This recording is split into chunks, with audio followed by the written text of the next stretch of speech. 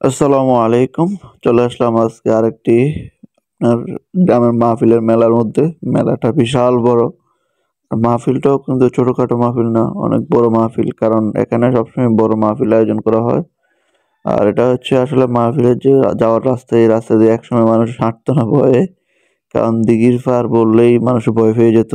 সুঙ্গুর পাড়, দিঘির পাড়। যাই হোক, এখন বর্তমানে জায়গাটা খুবই নিরিবিলি এবং ভালোই, খারাপ না। সবাই হাঁটাচলা করতে পারে যখন ইচ্ছা তখন। এই যে দেখুন স্টেজের মধ্যে কিন্তু সাংস্কৃতিক, ইসলামিক যে সাংস্কৃতিক অনুষ্ঠান সেটা চলতেছে। আর এই দিক দিয়ে আমাদের এক পরিচিত ভাইয়ের সাথে দেখা হয়ে গেল, বললো যে ভাই আপনি আমাদেরকে একটু মনে রাখেন। তো সে কয়, তার কথাটা বললাম, ঠিক আছে ভাই, মনে রাখলাম। মনে না রাখলে সমস্যা কি? ভিডিও থাকবে, একটা না একটা তো থাকবে। যাই হোক, এই যে দেখুন এদিক দিয়ে সবাই মিলে কিন্তু বুট খাচ্ছে এবং বুট নিতেছে। আমারও বলতেছে ভাই আপনি কি খাবেন? আমি বললাম যে আগে আপনারা খান, পরে নয় আমি একটু টেস্ট করে দেখবো যে আমি কি খাইতে পারবো না, খাইতে পারবো না। এদিক দিয়ে মিরাজ ও আছে ওর ধান্দায়, ও মোবাইল কিনবো, এ কিনবো, সে কিনবো, ও আছে মানে নিজের চিন্তা ভাবনা নিয়ে। যাই হোক, আমরা আস্তে আস্তে সামনের দিকে গেলাম। খেলনার দোকান যাবে, যে খেলনা এখান থেকে কোনো খেলনা নেওয়া যায় কিনা, কিন্তু খেলনার দোকানে গেলেই খেলনার দাম বেড়ে যায়।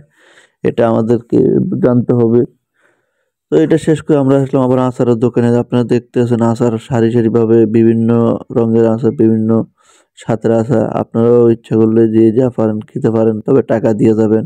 আর এই দিক দিয়ে হুজুরের ডিম চপ হয়তো হুজুর অনেক ভালোবাসে, সে কারণে হুজুরের ডিম চপ দিকে আকর্ষণ। সুন্দর করে সস দিয়ে ডিম চপ খাইতেছে। আর আমি দাঁড়ায় রয়েছি, চিন্তা করতেছি খাবো না, কিন্তু পরে দেখলাম যে না, হুজুর কইতেছে খান একটা।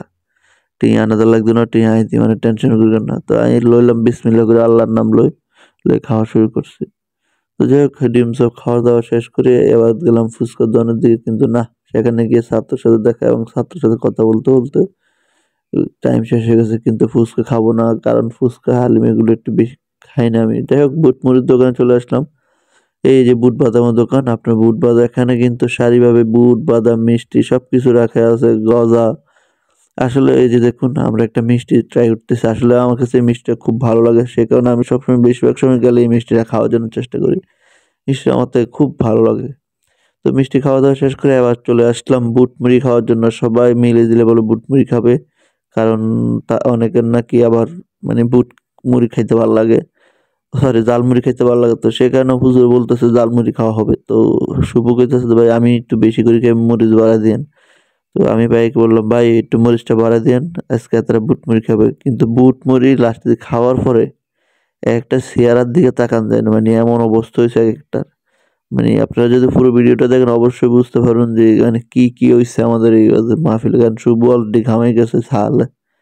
তারপরে আমি তো আছি, সাথে হুজুর তো মনে করেন যে একাকার হয়ে গেছে, পানি খোঁজা শুরু করছে ঝালে।